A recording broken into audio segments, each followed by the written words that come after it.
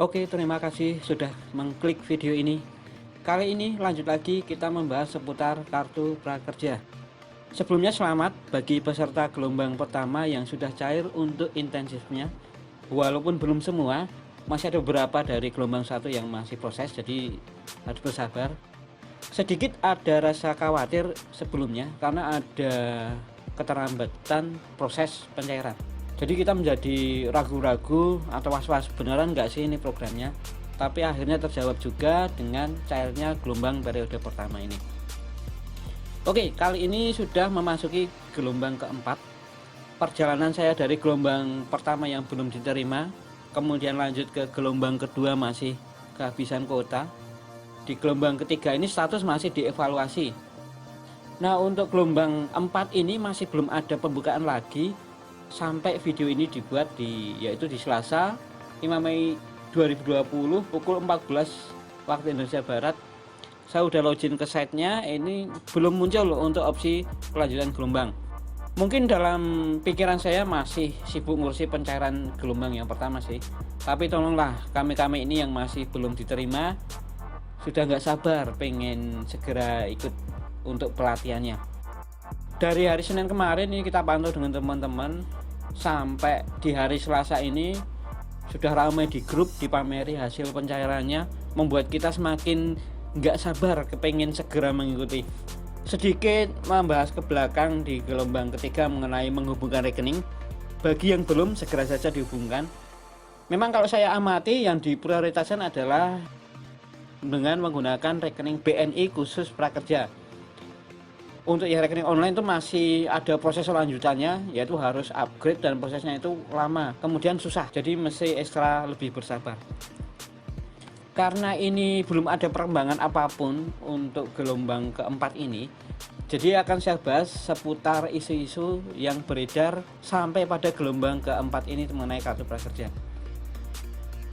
Dan apabila kalian memiliki pertanyaan, silahkan tulis pertanyaan Anda pada kolom komentar di bagian bawah kolom komentar.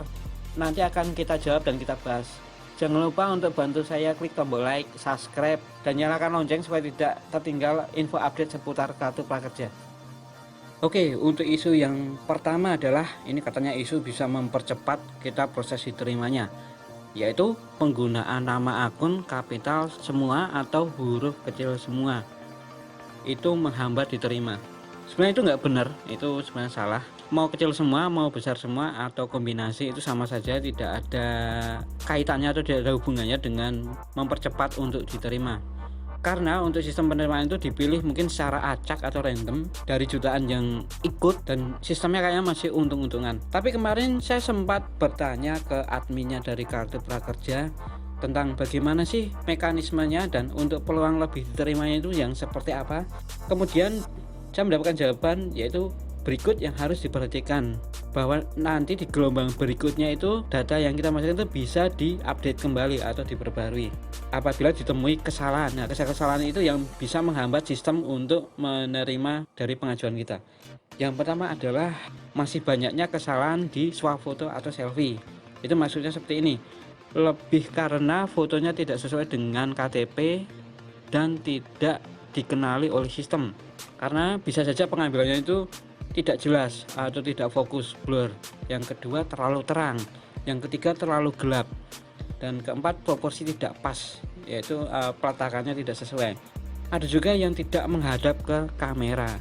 Terus ya ini bagi yang ada yang pakai aksesoris misalnya itu harus dilepas. Yang pertama adalah yang menggunakan kacamata, itu harus dilepas. Kemudian ada yang menggunakan penutup kepala atau penutup wajah, bahkan katanya ada yang selfie pakai masker.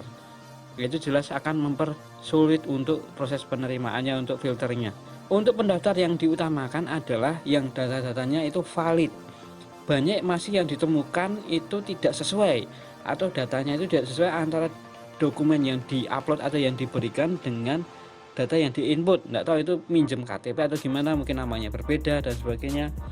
Kemudian email banyak yang tidak terverifikasi, bahkan email yang salah atau email yang tidak aktif. Kemudian nomor kontak tidak aktif atau tidak terregister, entah dia pakai nomor baru atau nomor asal, jadinya nomornya tidak aktif. Terus banyak yang belum menghubungkan rekeningnya dengan rekening yang diberikan opsi. Itu harus segera dihubungkan, karena itu salah satu poin lagi supaya cepat diterimanya untuk periode berikutnya. Terus berikut adalah jadwal pembukaan kartu prakerja untuk bulan ini. Jadi silakan diperhatikan dan dicermati.